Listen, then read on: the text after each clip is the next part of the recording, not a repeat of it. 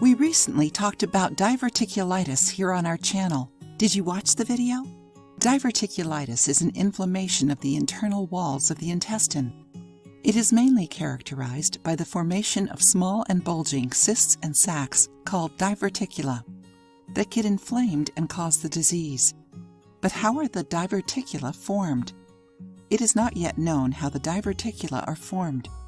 A theory is that diets poor in fiber contribute to their formation. The lack of fiber in the diet hardens the feces, which causes constipation. We end up having to push harder when defecating, which pressures the colon and the intestines and forms these cysts, the diverticula. The buildup of stool causes inflammation.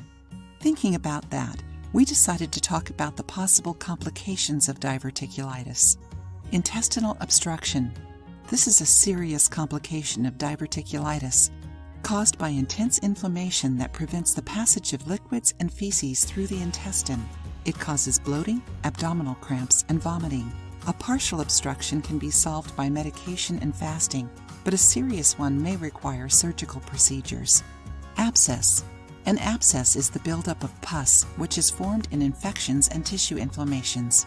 It causes pain and fever. In these cases, the treatment is done with antibiotics prescribed by a doctor, and in some cases, it might be necessary to drain the pus. Bleeding. When there is blood in stools, it means bleeding or hemorrhage that needs to be detected through a colonoscopy. In severe bleedings, it might be necessary to do some more complex procedures, such as angiography or even surgeries. Enjoying the video? Then give it a like and share it with your friends to help the channel. Fistula. A fistula is an abnormal connection of two organs or between an organ and the skin. The intestinal inflammation caused by diverticulitis may lead to the formation of fistulas that connect the large intestine to other organs. Fistulas usually form when an inflamed diverticulum on the large intestine gets in touch with another organ, like the bladder, for example. The resulting inflammation, together with the bacteria of the large intestine that penetrate the adjacent organ, form a fistula. The treatment of an intestinal fistula is done by a doctor, usually with surgery to correct the path, depending on the location and size. Perforation. Perforation is a serious complication of diverticulitis, which happens in advanced cases or when not treated correctly. It causes intense abdominal inflammation because of feces, which may contaminate the area. Any person can develop diverticulitis, being more common in the elderly. Its causes are related mainly to the poor functioning of the intestine. Also, people who smoke may present a higher risk of forming diverticula, since smoking weakens the intestinal walls.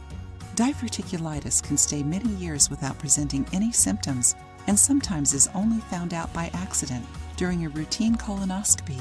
However, when there are complications, like the symptoms we talked about, it may be necessary to do ultrasounds or an abdominal tomography to evaluate the seriousness and decide the best treatment. If you liked the video, give it a thumbs up and share it with your friends. For more recipes and tips, subscribe to the channel.